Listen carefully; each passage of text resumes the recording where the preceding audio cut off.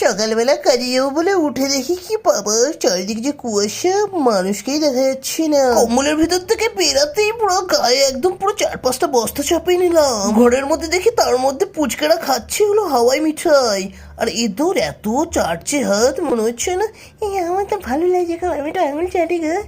আর এদিকে আমার ছোট হলো কম্বলের ভিতর থেকে বেরোচ্ছেই না, মনে হচ্ছে না ও কি ঠান্ডা পড়েছে, অরিজিনালি খুবই ঠান্ডা পড়েছে। এই ঠান্ডার মধ্যে বেরিয়ে গেলাম বিশালের উদ্দেশ্যে, মনে হচ্ছে কাশ্মীরের ঠান্ডা পুরোটাই আমার গায়ে লেগেছে। এমন ভাবে নাক মুখ ঢেকে যাচ্ছিলাম। আর এনার তো প্রথমে ঠান্ডাই লাগছিল না, কি ঠান্ডা, একটু করে দিচ্ছে রোদ, তাও আবার গায়ে লাগছে না, কি গো। সোজা গিয়ে দেখলাম রাস্তায় প্রচন্ড জ্যাম, কিন্তু বিশালের সামনে একটু ফাঁকাই ছিল। তাই ভেতরে গিয়েই দেখলাম আমার পকেট তো এবার ফাঁকা হয়ে যাচ্ছে। ঠান্ডা একে তো কাঁপছে, তার মধ্যে এদিক দিয়ে কেনাকাটা শুরু করে দিয়েছে। আমার তো এমনিতেই মনে হচ্ছে ঠান্ডা লাগা বাদ দিয়ে এবার আমার পকেটটাই ঘরের মাঠ। আপাতত তোমাদেরকে পরে জানাচ্ছি যে কত টাকার বিলটা কাটলো। পরের ব্লগে টাটা।